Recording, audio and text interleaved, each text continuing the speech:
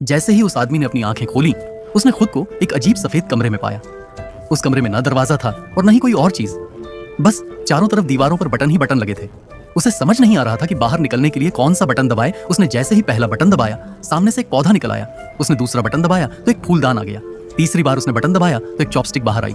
अब उसे मजा आने लगा और वो बार बार बटन दबाने लगा, लेकिन हर बार सिर्फ चॉपस्टिक ही निकल रही थी और धीरे धीरे पूरा कमरा चॉपस्टिक से भरने लगा। फिर अचानक उसने गलती से एक दूसरा बटन दबा दिया। नीचे से एक छोटी सी गाड़ी निकली और सीधा उसके पैर से टकराई। दर्द से वो चिल्ला उठा और गुस्से में एक हॉर्न उठाकर चिल्लाने लगा, मुझे यहां से बाहर निकालो। लेकिन उसकी आवाज सुनने वाला कोई नहीं था। इस बार उसने उम्मीद के साथ एक और बटन दबाया। तभी एक बड़ा सा पिछला हिस्सा बाहर आया और उसमें से जहरीली गैस निकलने लगी। वो सदमे में रह गया। अब वो थककर वहीं बैठ गया। फिर गुस्से में उसने गुब्बारा उठाया और फेंक दिया।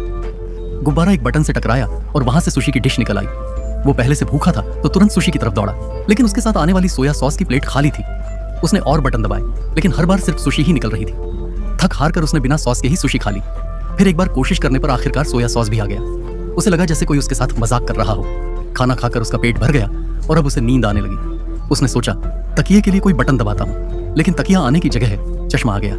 उसने जैसे ही वो चश्मा पहना, उसे एक खास बटन दिखाई दिया, जैसे वो इशारा कर रहा हो। उसने सोचा शायद यही बाहर निकलने वाला बटन है। उसने बटन दबाया और एक काउंटडाउन शुरू हो गया।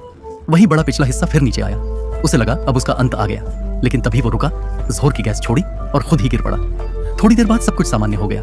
अब उसने फिर से बाहर निकलने वाले बटन को ढूंढना शुरू किया। जैसे ही उसने एक बटन दबाया, उसके पीछे एक दरवाजा खुल गया, लेकिन जब तक वो पलटकर देखता, दरवाजा फिर से बंद हो चुका था।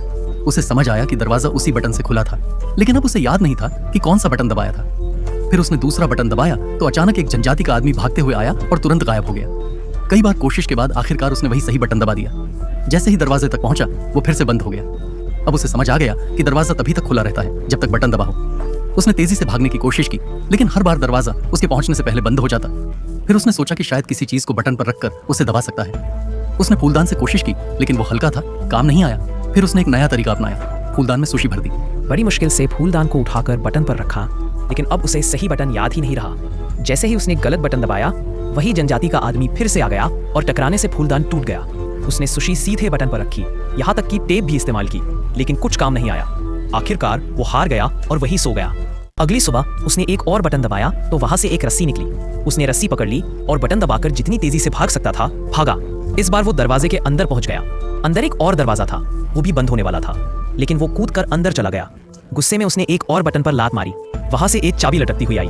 उसने चाबी झट से पकड़ी और दरवाजे की ओर भागा। जैसे ही दरवाजा बंद होने लगा, उसने तुरंत चाबी घुमाई और दरवाजा खोलकर उस डरावने कमरे से बाहर निकल गया। तो दोस्तों बताइए क्या